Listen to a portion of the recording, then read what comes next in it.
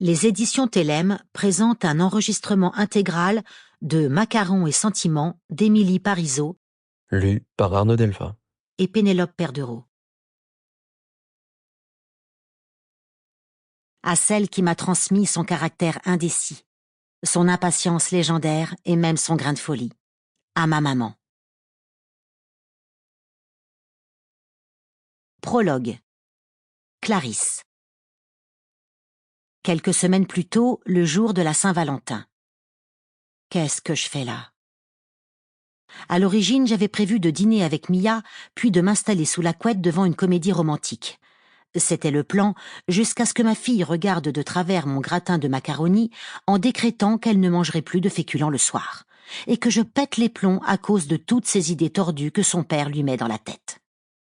Finalement, c'est sa marraine Laure qui a franchi le palier qui sépare nos deux appartements pour savoir quel drame se jouait encore. En voyant une en train de pleurer et l'autre en train de crier, elle a mis la plus vieille dehors, moi, et a décrété que je n'avais qu'à prendre sa place pour cette foutue soirée speed dating. Résultat des courses, je m'y ennuie comme un rat mort. Déjà 2 rencarts, et j'ai bien l'intention de m'en aller avant le 3e. Et qu'est-ce que tu fais dans la vie? Je réprime un soupir de lassitude en observant l'homme à ma droite. Qu'est-ce que je pourrais bien inventer pour ce clerc de notaire en attendant qu'il passe son tour? Photographe de nu artistique? Testeuse de toboggan? Je suis médium. Ah, c'est peu commun. Il boit un peu d'eau et se racle la gorge. Je m'apprête à lui dire que j'entends des voix, mais le barman nous interrompt en posant ses mains sur le comptoir pour nous regarder avec un air espiègle. C'est la 2e fois qu'il vient.